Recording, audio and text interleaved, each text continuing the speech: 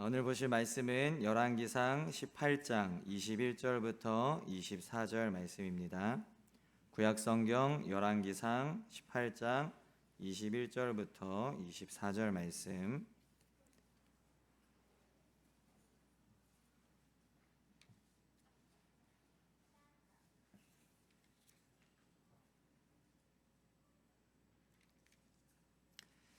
구약성경 547면입니다. 18장 21절부터 24절 말씀. 다 같이 한 목소리로 함께 읽도록 하겠습니다. 엘리야가 모든 백성에게 가까이 나아가 이르되 너희가 어느 때까지 둘 사이에서 머뭇머뭇하려느냐. 여호와가 만일 하나님이면 그를 따르고 바알이 만일 하나님이면 그를 따를지니라 하니 백성이 말 한마디도 대답하지 아니하는지라. 엘리야가 백성에게 이르되 바알의 선지자는 450명이로다. 그런즉 송아지 둘을 우리에게 가져오게 하고 그들은 송아지 한 마리를 택하여 각을 떠서 나무 위에 놓고 불은 붙이지 말며 나도 송아지 한 마리를 잡아 나무 위에 놓고 불은 붙이지 않고 너희는 너희 신의 이름을 부르라. 나는 여호와의 이름을 부르리니 이에 불로 응답하는 신 그가 하나님이니라. 백성이 다 대답하되 그 말이 옳도다 하니라. 아멘. 선택 장애 또는 결정 장애라는 말이 있습니다. 무엇인가 선택을 해야 할 때 또는 결정을 해야 할 때 쉽게 결정하지 못하고 쉽게 선택하지 못하고 그것을 굉장히 어려워하는 것을 나타내는 단어입니다. 삶을 살아가다 보면 항상 선택의 기로에 놓이게 됩니다. 지금 당장 오늘 저녁은 무엇을 먹을 것인지 아마 지금 그런 고민을 하고 계신 분들도 있을 것 같은데요. 오늘 예배 끝나고 뭘 먹어야 될까? 어떤 반찬을 해야 될까? 아니면 밖에 나가서 사 먹어야 될까? 이런 그런 선택에 고민이 있게 됩니다. 저희 자녀 중 첫째인 승원이가 그런 고민을 많이 합니다. 승원이는 점심을 먹고 있으면서 저녁을 뭘 먹을 것인지 고민하는 아이입니다. 그래서 점심을 먹으면서 엄마 오늘 저녁은 뭐 먹을 거야? 뭐 이렇게 이미 점심을 저녁은 아직 한참 남았는데 아직 점심을 먹고 있는데 괜히 몸이 그렇게 된 게 아니라 그런 고민과 그런 선택으로 인해서 축복받은 그런 몸매가 되었습니다. 승원이가 없죠? 네, 있으면 안 되는데 이런 얘기 들리면 꼭 와서 얘기하더라고요. 아빠 왜 내 얘기했냐고. 그래서 이건 비밀로 해주시기 바랍니다. 또 이런 선택에 대한 고민을 합니다. 알람을 안 맞추고 잤는데 새벽에 눈이 떠졌어요. 그래서 새벽 기도를 갈 것인지 아니면 잠을 좀 더 잘 것인지, 밖에 나갈 때 어떤 옷을 입을 것인지 이런 것부터 해서 수많은 부분에서 우리는 선택을 해야 합니다. 이런 선택과 결정을 해야 할 때 특별히 그렇게 어려운 문제도 아닌데 어려워하고 또 우물쭈물하는 그러한 사람이 있습니다. 저도 마찬가지로 약간 그런 선택의 어려움을 겪을 때가 있는데, 마찬가지로 오늘 말씀에 보면 확실하게 어떤 한쪽을 선택하지 못해서 어려움을 겪는 그러한 모습이 나오는 것을 보게 됩니다. 북이스라엘 아하 왕의 우상 숭배와 또 하나님 앞에서의 악함으로 인해 수년 동안의 가뭄이 엘리야 선지자를 통해서 선포되게 되었습니다. 그리고 가뭄이 선포된 지 3년이 지났을 때 하나님께서는 엘리야를 통해 그 땅 가운데 가뭄을 끝내고 이제 비를 내리실 것을 말씀하게 됩니다. 그 당시 북이스라엘은 가뭄과 기근으로 큰 어려움을 당하고 있었습니다. 특히 18장 2절 말씀은 사마리아의 기근이 심하였다라고 기록을 하고 있습니다. 사마리아는 북이스라엘의 수도로서 아하 왕이 적극적으로 바알을 섬기기 위해 산당과 제단을 쌓은 그러한 장소였습니다. 바알 숭배의 심장부라고 할 수 있는 그곳이 바로 사마리아였습니다. 바알은 그 당시 하늘에서 비를 내리고 토지에 비옥함을 가져다주는 농경신으로 숭배되었습니다. 그래서 바알을 섬기면 농사가 잘 될 것이다. 바알 신이 우리에게 비를 내리고 햇빛을 주고 그 땅을 좋게 만들어서 이제 풍성하게 해줄 것이다 라는 그러한 믿음으로 섬겼던 그러한 농경신 중에 하나가 바로 바알이었습니다. 그런데 그런 농경신을 숭배함에도 불구하고 사마리아가 다른 지역보다 더 극심한 가뭄, 기근으로 고통을 당하고 있었다는 것은 바알이 참신이 아니라는 것을 보여주는 것입니다. 또한 하나님께서 북이스라엘의 수도였던 그 사마리아에 더 극심한 가뭄과 기근을 주신 것은 우상 숭배의 원인이었던 그 아합 왕과 그 이세벨 여왕, 그 왕비가 살고 있었기 때문입니다. 그렇게 어려움을 당하고 있었을 때 하나님은 엘리야를 통해 아합 왕을 만나 가뭄을 끝내고 비를 내리실 것을 말씀하셨습니다. 엘리야는 북이스라엘 땅에 가뭄을 선포한 후 3년 동안 그릿 시냇가를 거쳐 시돈 땅 사르밧 과부의 집에서 숨어 있었습니다. 그리고 다시 엘리야에게 하나님의 말씀이 임하자 그 은둔 생활, 숨어 지내던 생활을 끝내고 이제 아합 왕을 찾아 만나게 됩니다. 그리고 마침내 오바댜를 통해 아합 왕과 엘리야는 3년 만에 다시 만나게 되었습니다. 하지만 엘리야에게 좋은 감정을 가지고 있을 리 없는 아합 왕은 엘리야를 보자마자 이렇게 한마디를 던집니다. 이스라엘을 괴롭게 하는 자여 너냐? 아합이 엘리야를 보자마자 이렇게 쏘아붙이며 말한 것은 엘리야로 인해서 사마리아와 북이스라엘 땅에 가뭄이 생겼다고 생각했기 때문입니다. 아합은 엘리야가 가뭄을 선포한 것뿐만 아니라 농경의 신인 바알이 여호와 하나님을 섬기는 엘리야 때문에 이스라엘에 진노하여 재앙을 내렸다고 생각했습니다.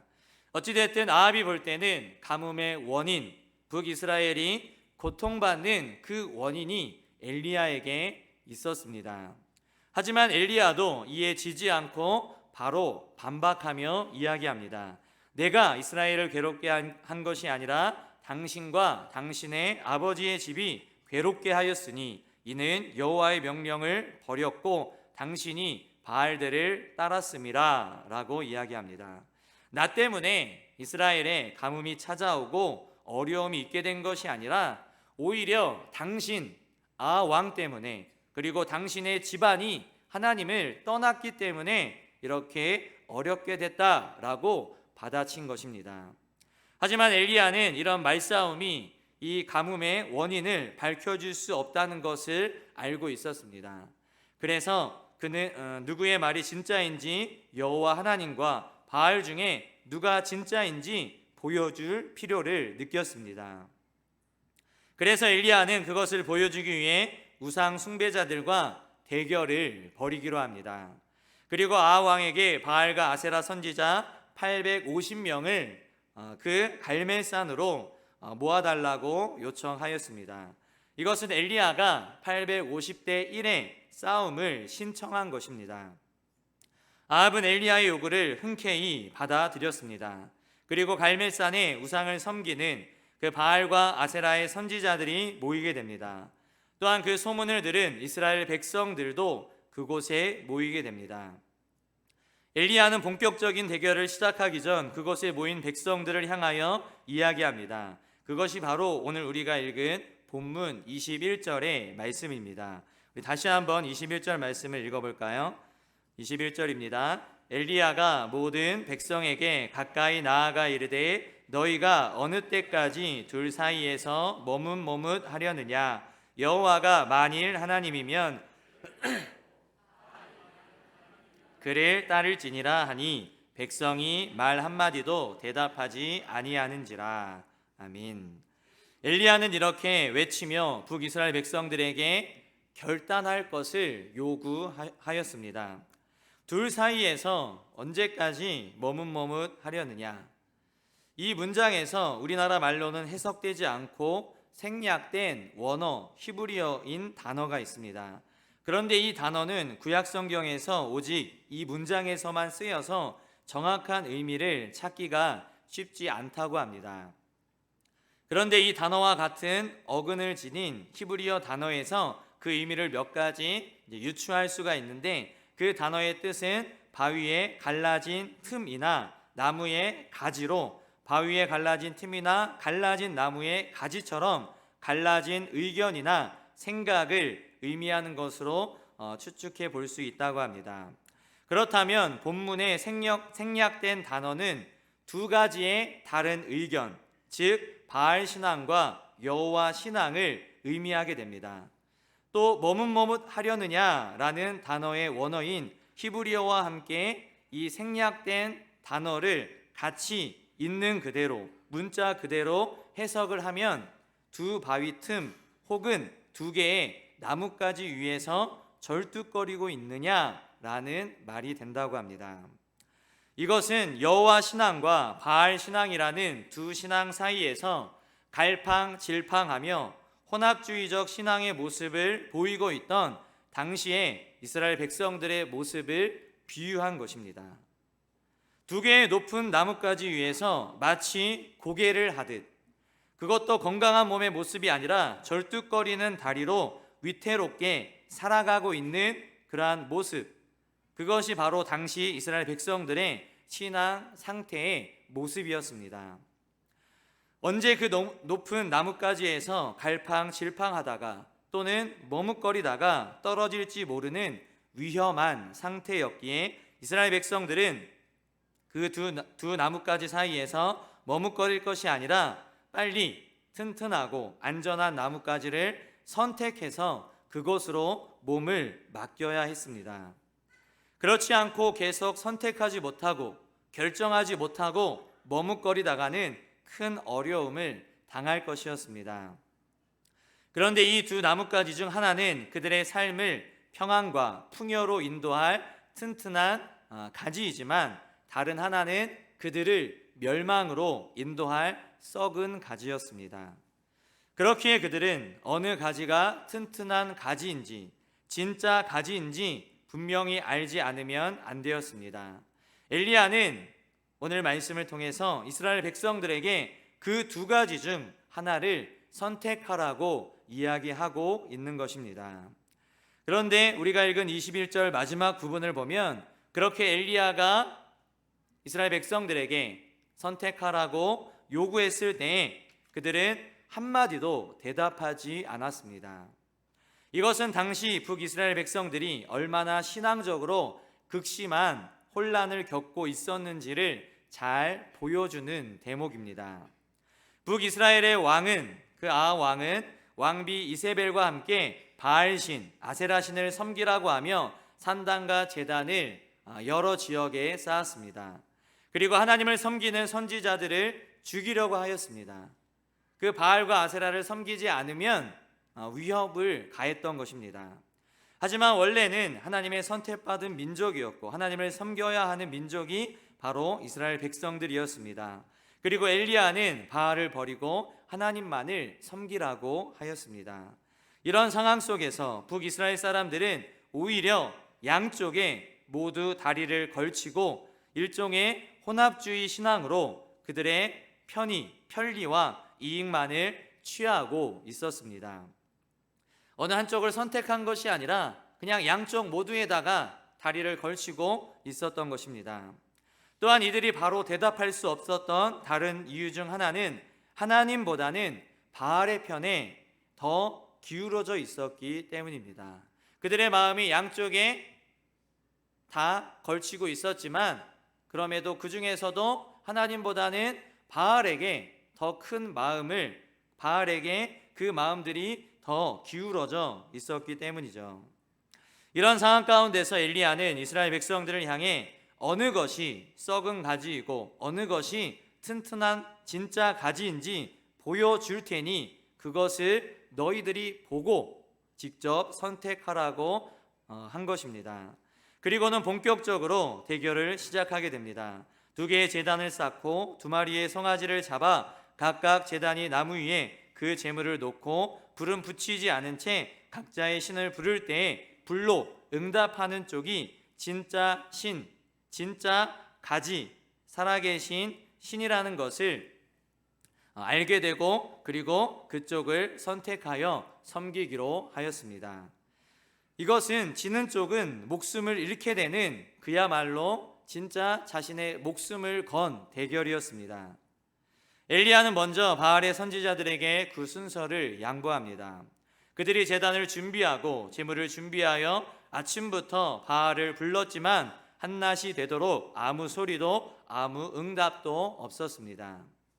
엘리야가 그들에게 순서를 양보한 것은 엘리야는 이미 자신이 있었기 때문에, 자기가 이길 것이라는 그러한 확실한 믿음이 있었기 때문에 먼저 그들에게 양보한 것입니다. 가짜인 너희들이 진짜인 하나님을 이길 수 없다. 가짜인 너희들이 아무리 노력해도 절대 응답을 받을 수 없을 것이다 라는 사실을 알고 있었던 것입니다. 그렇게 바알의 선지자들이 제단을 쌓고 한낮이 되도록 불렀지만 아무 응답이 없습니다. 그리고 부르는 것으로 되지 않자 이제는 제단 주위를 돌면서 뛰었습니다. 그래도 되지 않은 것을 보고 엘리야가 그들을 조롱합니다. 혹시 너희의 신이 묵상하고 있거나 나갔거나 잠이 들었을 수도 있으니 더 큰 소리로 부르라 라고 조롱합니다. 그러자 그들은 그 엘리야의 말을 듣고 오기가 생겼는지 더 큰 소리로 부르고, 그래도 안 되니까 자신들의 몸에 칼과 창으로 상처를 내면서 피를 흘리면서 바알신에게 부르짖으며 난리를 쳤습니다. 하지만 그래도 아무 응답이 없었습니다. 아침부터 저녁까지 했지만 아무런 응답이 없었던 것입니다. 그렇게 해가 져갈 때 그 모습을 옆에서 지켜보고 있던 엘리야는 이제는 자신이 해보겠다고 하며 모든 이스라엘 백성들을 가까이 모읍니다. 그리고 그는 그동안 무너져 있었고 버려져 있었던, 그리고 이스라엘 백성들에게 외면당하였던 하나님의 제단을 다시 쌓아 올립니다. 또 이스라엘의 12지파를 상징하는 돌 12개를 가져다가 그 제단을 쌓아 올렸습니다. 제단 주위에는 땅을 파서 도랑을 만들고 나무와 재물을 올려놓은 그 제단과 도랑에는 물을 붓게 했습니다. 통 4개에 물을 채워서 붓게 하였는데 한 번이 아니라 3번씩이나 붓게 하였습니다. 그렇게 번제물에 그리고 나무와 제단 주위는 물로 젖어 있었고 도랑에는 물이 가득 차게 되었습니다. 그런 곳에 불을 붙인다는 것은 어려운 일이었습니다. 바알신의 그 선지자들이 그냥 나무를 쌓고 번제물을 올려놓고 부르짖어도 되지 않았는데 거기다가 물을, 그것도 통 4개나 되는 그 물을 채워서 3번이나 붓고 하나님을 부르려고 했던 것입니다. 그런데 그때 많은 이스라엘 백성들 앞에서 엘리야가 하나님을 부르며 찾을 때에 정말 놀라운 일이 일어나게 됩니다. 하나님이 엘리야의 부르짖음에 응답하셔서 하늘에서 불을 내리신 것입니다. 그것도 엄청 크고 강한 불을 내리셔서 물에 젖어 있던 번제물과 나무, 돌과 흙을 모두 태워버렸고 도랑에 가득 차 있던 그 물도 불로 다 태워서 없애버리셨습니다. 이로써 누가 진짜 신인지 분명히 알게 되었습니다. 누가 썩은 가지이고 누가 튼튼한 가지인지 알게 된 것입니다. 그동안 선택하지 못하고 엘리야의 결단을 요구하는 외침에도 대답하지 못하고 양쪽에 다리를 걸친 채 또 하나님보다는 바알을 조금 더 의지한 채 있었던 그 이스라엘 백성들이 그 모습을 보고 누가 참 신이며 살아계신 분인지 알게 되었던 것입니다. 그러자 바로 그들은 엘리야와 하나님 앞에 이렇게 고백합니다. 여호와 그는 하나님이시로다. 여호와 그는 하나님이시로다. 무려 연달아 2번씩이나 여호와 그가 하나님, 진짜 신이다, 살아계신 분이다, 살아계셔서 지금 우리 앞에 역사하시는 분이다 라고 고백을 한 것입니다. 우리도 북이스라엘 백성들처럼 믿음 생활하면서 때로 한쪽은 세상에, 때로 한쪽은 하나님께 있는 경우가 있습니다. 이스라엘 백성들처럼 자기 이익만을 쫓아 세상이 유리하고 좋을 때는 하나님의 제단을 버리고 무너뜨리고 있을 때가 있습니다. 살다 보면 세상에는 하나님을 믿지 않는 사람들 중에도 잘 되는 사람들이 많이 있음을 보게 됩니다. 때로는 법을 이리저리 피해서 또는 정말 악한 방법으로 악착같이 돈을 벌고 아무런 제재도 당하지 않은 채 잘 사는 사람들이 있습니다. 또 사회의 여러 사건들을 보면 피해자를 보호해주고 가해자들에게 확실한 제재를 가하는 것이 아니라 오히려 힘든 피해자를 더 힘들게 만드는 일들이 많이 일어나는 것을 보게 됩니다.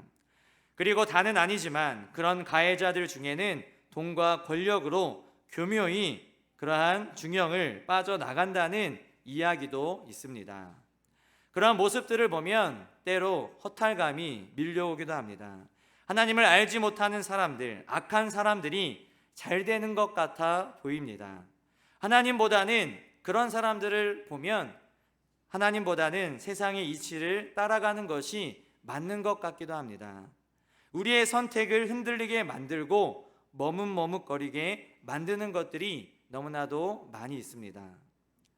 중고등부 아이들을 맡다 보면 아이들 중에 그래도 학생 때에는 중고등부를 다닐 때는 하나님을 잘 믿는 것 같고 또 은혜 받고 그 은혜 받은 것들을 이야기하며 믿음을 지키며 살아가는 아이들이 있습니다.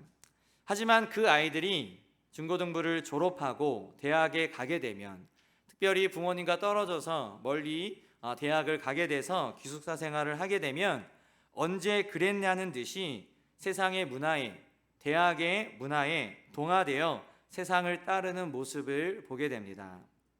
그래서 핸드폰 SNS를 보면 인스타그램이나 페이스북 이러한 SNS를 보게 되면 술 마시는 사진 그리고 친구들하고 자랑스럽게 술잔을 높이 들고 짠짠짠 하는 그러한 사진들을 아무렇지 않게 올리는 것을 봅니다. 제가 가끔 그런 것을 확인을 해요. 핸드폰으로 인스타그램이나 이런 것들로. 그러면 저는 속이 터지죠.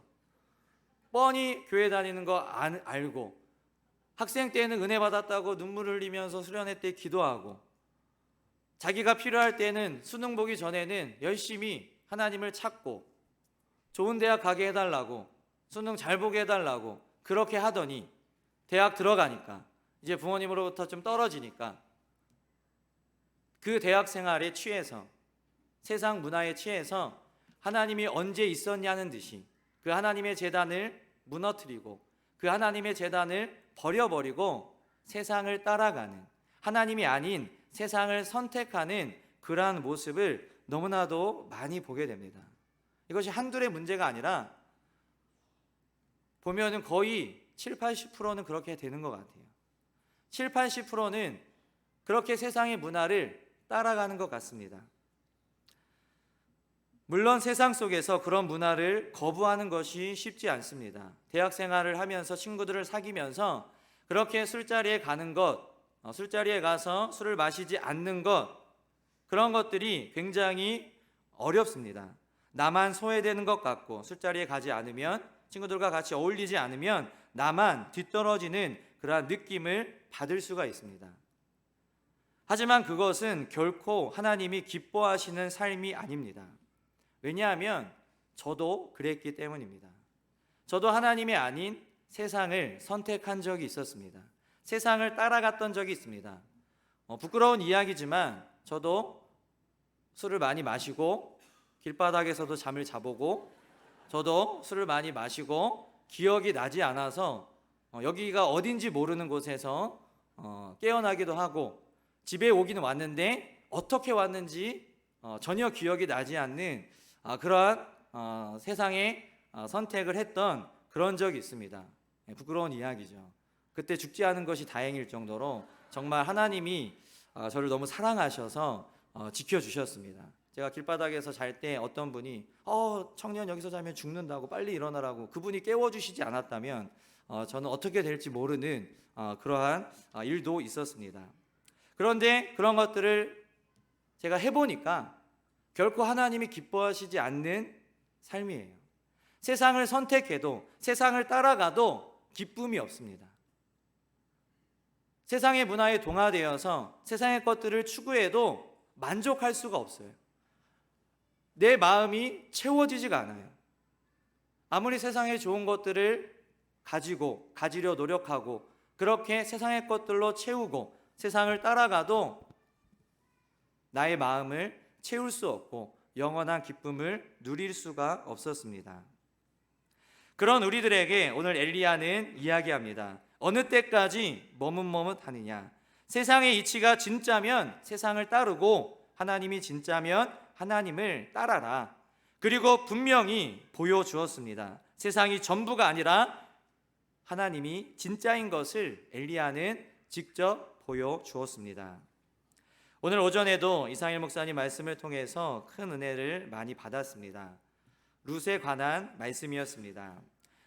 룻이 다른 것 아닌 하나님을 선택했을 때, 어머니의 그 하나님을 선택했을 때 지금은 힘들고 그래서 다른 사람들은 잘 되는 것 같은데 나만 힘든 것 같았지만 결국은 하나님이 진짜였기 때문에 모압을 가지 않고 세상으로 가지 않고 하나님을 선택해서 하나님을 따라 왔을 때 결국은 하나님이 진짜였기 때문에, 하나님이 살아계시기 때문에 그녀의 선택이 잘못된 것이 되지 않았고 해피엔딩을 맞이할 수가 있었습니다.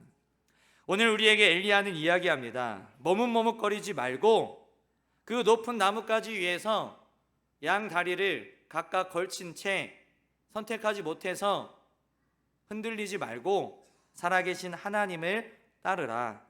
진짜이신 하나님을 따르라. 그럴 때 하나님이 엘리야에게 크고 강한 불로 응답해 주신 것처럼 놀라운 하나님의 응답을 경험할 줄 믿습니다. 오늘 우리에게 말씀하고 있습니다. 머뭇머뭇하지 말고 하나님을 따를 수 있는 저와 여러분들이 될 수 있기를 바라고, 그 하나님을 따를 때 주시는 놀라운 하나님의 은혜와 사랑, 그 하나님을 따를 때 세상이 줄 수 없는 우리 마음 가운데의 평안함과 은혜를 받아 누릴 수 있는 우리 모두가 될 수 있기를 간절히 소망합니다.